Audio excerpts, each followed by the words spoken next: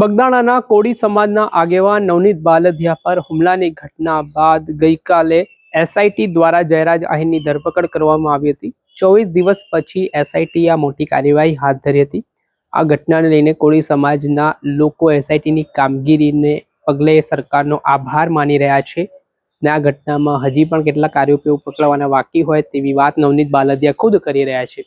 આ ઘટનાને લઈને જયરાજ આહિરની ધરપકડ કર્યા બાદ આજે ભાવનગરની કોર્ટ સમક્ષ જયરાજ આહિરને લઈ જવામાં આવ્યા ત્યારે શું હુકમ કોર્ટ દ્વારા કરવામાં આવ્યો છે વિગતે વાત કરીએ।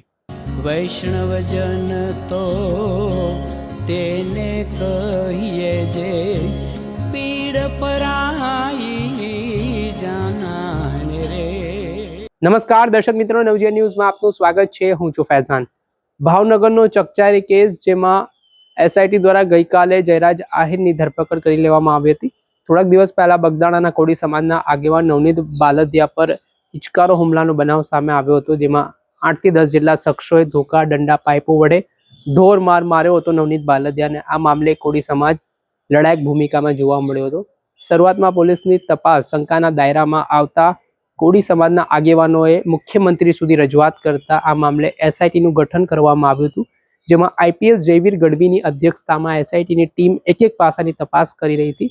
18 દિવસ જેટલો સમય એસઆઈટીએ તપાસમાં લગાવ્યો હતો ને ગઈકાલે એસઆઈટીને જયરાજ આહિર વિરુદ્ધ વધુ નક્કર પુરાવાઓ મળ્યા હતા અને તેને લઈને ફરી બીજી વખત સમન્સ પાઠવવામાં આવ્યો।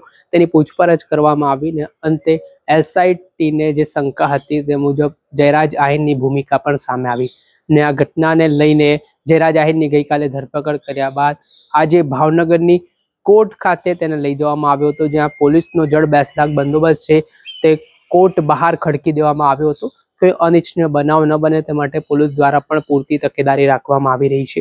પરંતુ જે રીતે માહિતી મળી રહી છે કે આ તપાસમાં પોલીસ દ્વારા કોઈ પણ રિમાન્ડ છે તેને લઈને દલીલ છે કોર્ટમાં કરવામાં ન આવતા અંતે ભાવનગર કોર્ટ દ્વારા જયરાજ આહિરને જ્યુડિશિયલ કસ્ટડીમાં મોકલી આપવા માટે આદેશ કર્યો છે।